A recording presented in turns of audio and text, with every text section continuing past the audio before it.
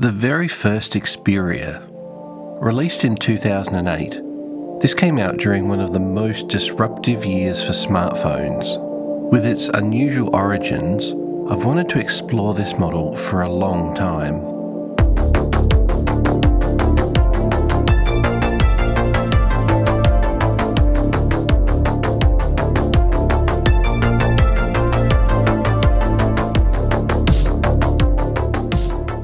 I have had one for a while, but it's amazingly worn out. Look at this. Someone really used this phone until it almost disintegrated. The LCD lights up, but it's got some discoloration, most likely from water damage, and the touchscreen doesn't work. In good condition, these can be quite expensive to buy, but I enjoy a good challenge, so to fix this one, I've been on the lookout for parts for a long time.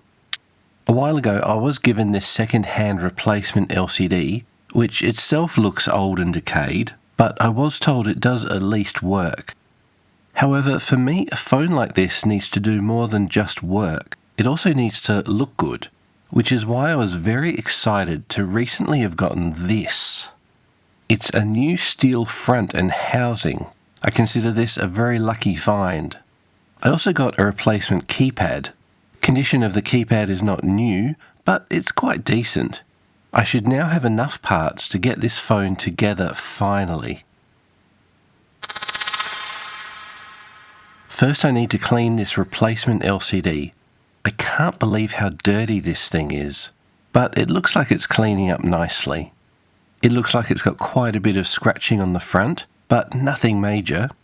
Importantly, it also comes with the ribbon cable that goes through the slide mechanism. These are known to wear out, so having a replacement already attached to the LCD is going to make this much easier. This is the phone that Sony Ericsson used to launch their Xperia brand. And despite being a Sony Ericsson, this phone was wholly designed and built by HTC. This phone was announced only a few months after the iPhone was released. And I do wonder if that had something to do with Sony Ericsson deciding to jump in the high-end smartphone market with something new by choosing an off-the-shelf HTC design and then simply putting their brand on it and releasing it quickly into the market. It's quite a departure from their previous smartphone, the P1 from 2007, which ran Symbian. Wow, this plastic casing is falling apart. This phone runs on a 528 MHz ARM11 CPU and 256 MB of RAM, but it's that LCD that's really impressive. At 480 by 800 pixels, this display has a higher resolution than even the original iPhone. Overall, this is quite an elegant design, and I see some of the reasons why Sony Ericsson decided to go with it. That old ribbon cable does look worn. I wonder if that's contributing to problems. I'm glad this phone saw a lot of use. Someone must have used this phone for quite a while. The mainboard is tight. One side has few components, but mostly just these gold pads. This is when gold was a fair bit cheaper, and manufacturers tended to put more gold in their phones. Most of the internals of this phone are hidden under these cans under the label. Lifting them up and we can see it's mostly just Qualcomm chips. At the time, HTC were an OEM manufacturer. They didn't have much of a presence in the market under their own brand, and they would often produce phones for other companies. Later on, for example, including Google, when they designed and built Google's first phone, the Nexus 1. There's a lot of conductive tape inside this display section that I have to carefully remove some of. From what I've seen, this sort of conductive tape seems to be a common feature inside HTC phones. I don't think this is a great design choice for repairability. The tape can lose much of its stickiness when trying to reassemble. I'm pleased the replacement LCD already has a cable and I don't have to disconnect the ribbon cable, and I can leave a lot of that tape on there. I also need to get the front camera and the earpiece transferred over. Okay, so far it's looking good. Plugging this ribbon cable into the mainboard is really difficult. There's not much clearance and I can hardly see what's going on. It took me quite a few goes to get this plugged back in.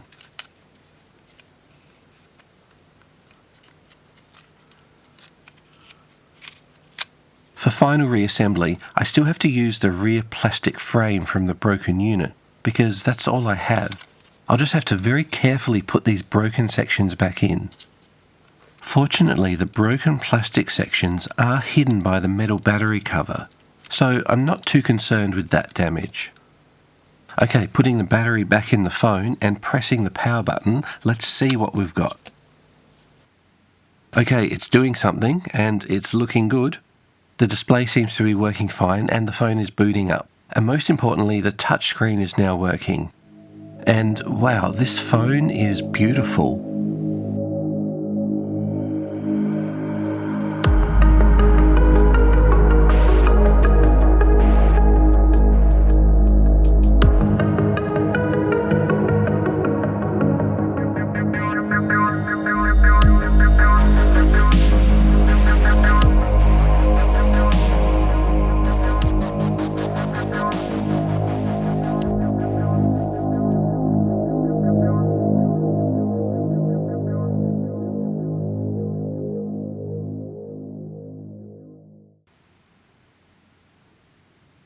It's great to see this phone up and running. It feels amazing.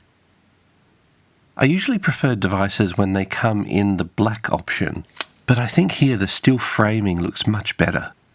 It's heavy and solid in the hand, and that beautiful stainless steel construction is just perfect. It also helps with flux dispersal. One of the signature aspects of the design is the way the slide curves as it opens. The mechanism has been built on curved rails, and the curve gives the phone a really unique look and feel. This is very much a premium phone of its time. There's a micro SD card slot for expanding the inbuilt 512 megabytes of storage, and of course, a headphone socket. There's also 4 multicolour LED indicators, 2 on each side of the display. This allows you to see them from any direction. And it looks like this is running Windows Mobile 6.5. This phone was only released with 6.1, so this must have been upgraded at some point. At the time, there weren't many other options for mobile operating systems. Palm OS was well dead by this point. Nokia was still sticking to the Symbian operating system, and Android had not yet been released, leaving Windows Mobile as one of the few remaining options. I'm keen to try out this operating system. The problem for me now is the phone is running in Chinese, which I can't read. And these versions of Windows Mobile were regional single language only releases, so they don't give you any option to switch to any other language. The only way to fix this is to completely reflash the phone with another ROM. One way to do this would be to find an officially released ROM compatible with this variant of the phone. But I don't like my chances of finding official ROMs today for this phone. The good news is there's another way that I much prefer, and I'm going to do a bootloader unlock. This will enable me to flash any ROM version, including custom ROMs, and this will also give extra protections against possible bricking. To do this, I just need to delve into the HTC modding scene, because of course, this phone is at its heart an HTC. The software I need is called Hard SPL, or Hard Secondary Program Loader. Fortunately, everything I need is available by digging into the archives of the XDA Forums. I'm so glad these forums still exist, and they're even still active today. There's a wealth of knowledge here about modding smartphones going all the way back to the early 2000s. The first thing I need to do is connect this phone to a computer that's running Windows Mobile Device Center. To get this running, I've selected a laptop running Windows 7. This software does not run on Windows 10. Trust me, I've tried. The Hard SPL bootloader is installed using a modified version of HTC's own radio update utility, which includes a special version of the bootloader. Unfortunately, when trying it, I am getting update error 262. One of the advantages of doing this today is many of these early problems have been solved and you just need to find the right posts. It turns out the X1 that I have here has a later bootloader version 1.05 which blocks bootloader downgrading. To get past this, I need to install and run a program on the phone called Xperia XXPL. It's a bit tricky because I don't understand Chinese, but following the icons, I'm able to get to the file manager and navigate to the program and run it. The flashing process has started and it's looking good. Hard SBL should now be able to do its job and replace the bootloader in the phone. And afterwards the phone is still starting, which is a good sign. Now when I start the phone by holding volume down and power, we can see the bootloader has indeed changed to the modified bootloader version. Okay, it's now time to start flashing some ROMs into this phone. Unfortunately, it's been well over 15 years and many of the ROMs have gone missing. In fact, many of the original hosting sites are also now completely gone. Searching through the post archives, I was able to find some X1 ROMs. I couldn't find any official Windows Mobile 6.5 versions for this phone. Some articles mentioned this was cancelled at the last minute, but my example has 6.5 installed on a late bootloader, and the bootloader was still locked, so there must have been some original versions. But I'm okay with trying out Windows Mobile 6.1 because that will give me the original experience with this phone. Flashing takes a few minutes or so. It's always good to plug a charger in during this process.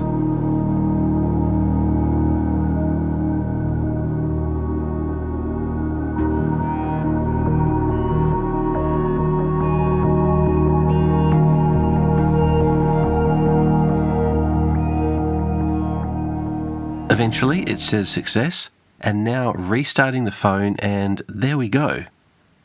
This is Windows Mobile 6.1, and it has a very Windows-style menu interface, which is not particularly well suited for phones.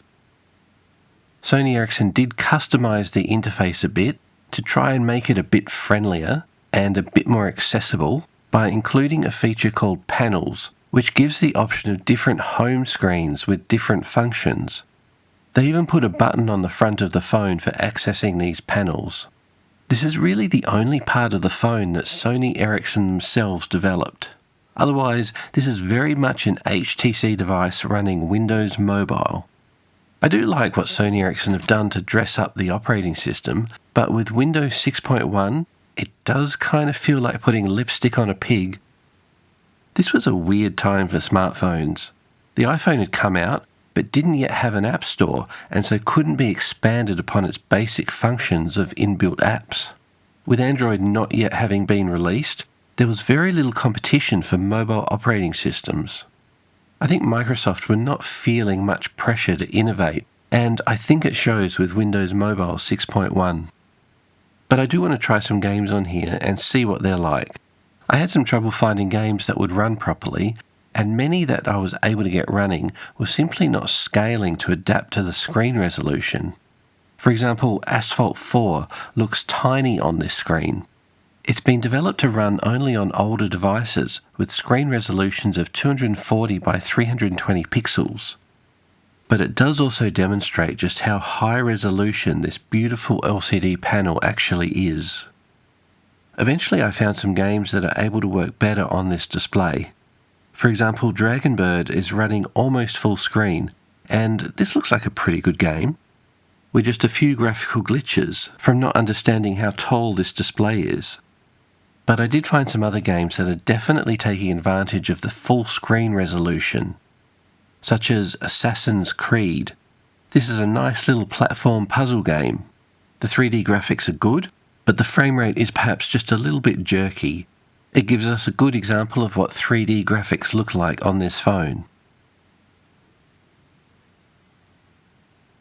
Another game I tried is Xenonia. This is an awesome looking role-playing game in the style of Zelda. It's bright and colourful and detailed. I expect it's probably got some quite deep gameplay, but I didn't end up playing it for too long. From what I've seen, the gameplay is good, and I do like it so far.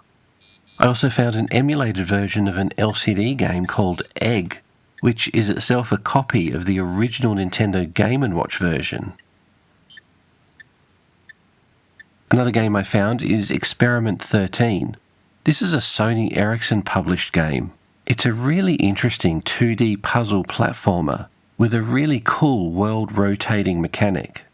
And it's got a very smooth frame rate as it moves its graphics around, as I would expect from a Sony Ericsson developed game running on a Sony Ericsson phone. I think this game was made for the follow-up model to this phone, the Xperia X2. The X2 came with Windows Mobile 6.5, which I've heard did have a number of glitches and problems on that phone. But it wasn't until the third Xperia, the X10, that Sony Ericsson finally switched to Android. But the X1, with its beautiful flagship design and the possibility of an unlocked bootloader, wasn't yet ready to give up. Modders began porting Android ROMs to the X1, and today I want to have a look and see how far they got. There's a whole dedicated section on the XDA Forums with lots of ROMs being cooked for the X1. It looks like several of them are still available today, and I've chosen one to try out. Installing them can be quite tricky though, as I soon found out. It's not just a case of putting the ROM onto an SD card and flashing the phone.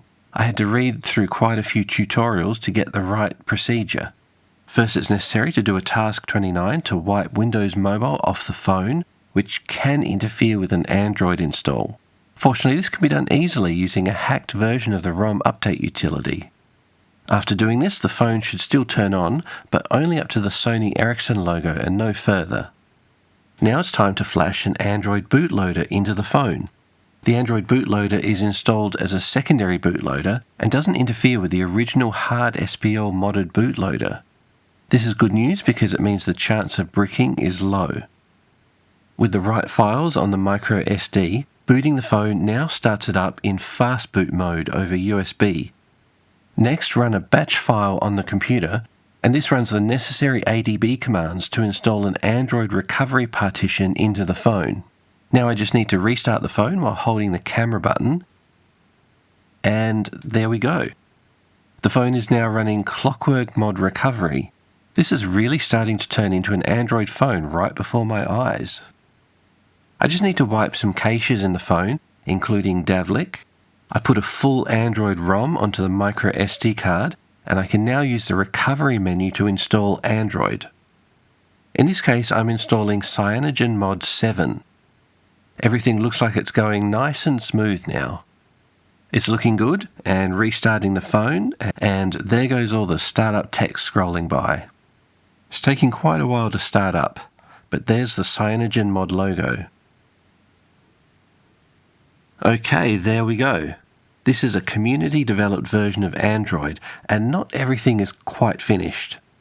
Some of the functions like parts of the GPS or the camera autofocus are not fully supported, but almost everything else seems to work as a phone. Apparently the Wi-Fi support still has a few glitches, but I'm able to get it working without a hitch. This is a really nice effort, and well done to the developers. It's been a long time since I've seen this version of Android. I'm sure some people did run this as their main operating system on this phone. If that's you, let me know in the comments below.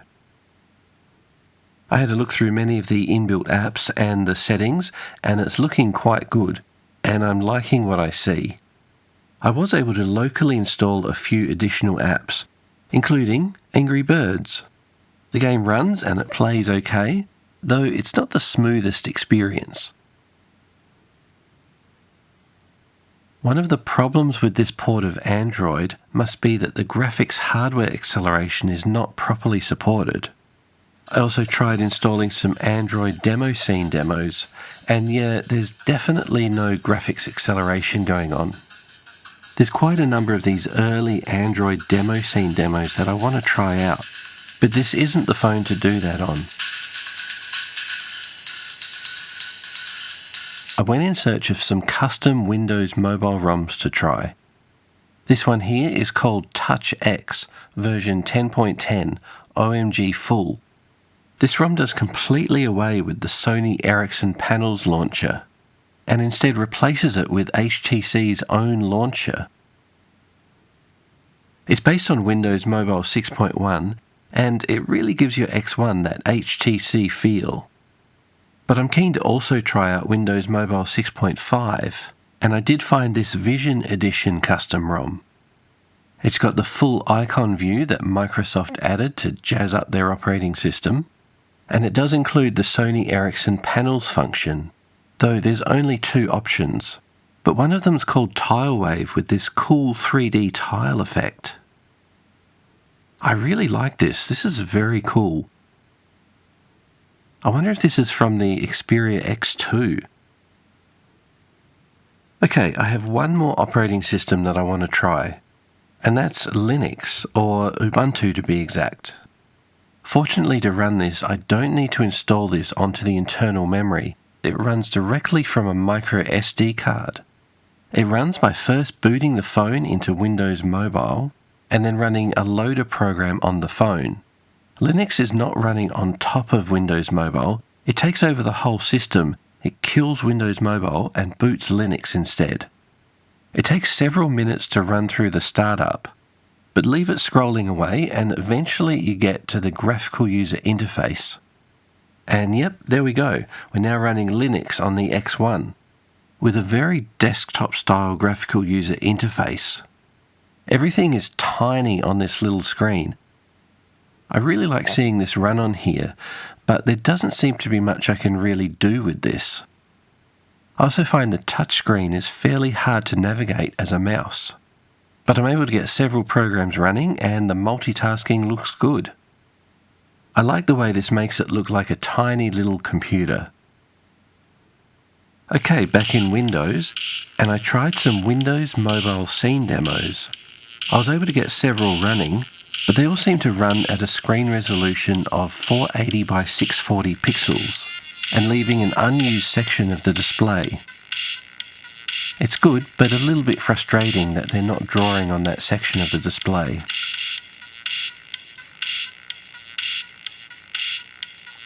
Apart from the curve on the slide-out display, one of the more innovative aspects of this phone is not actually inside the phone itself. In the months between the announcement of this phone and its final release, Sony Ericsson developed a web series called Where is Johnny X to help promote this phone. Having your rights out.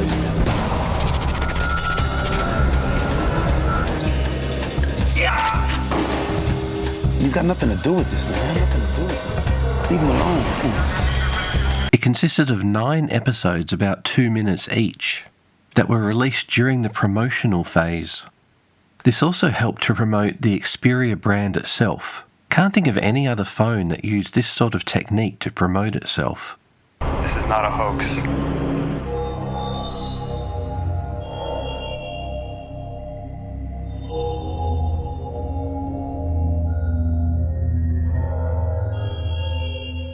Overall, this phone is a really nice design, but with some definite flaws. I'd say it's mostly let down by its choice of operating system, and I can understand why some people were so motivated to upgrade the operating system in their phone. I'm happy to have this phone in my collection, and I'll definitely be putting this on my shelf of interesting phones. This was the very first Sony Ericsson Xperia, a strange start to one of the more innovative lines of phones that's still going strong today. In the future, I'll be exploring more Sony Ericsson and also more of the interesting Xperias that have come out. That's it for the moment. Thanks for joining me tonight, and I hope you have a great evening.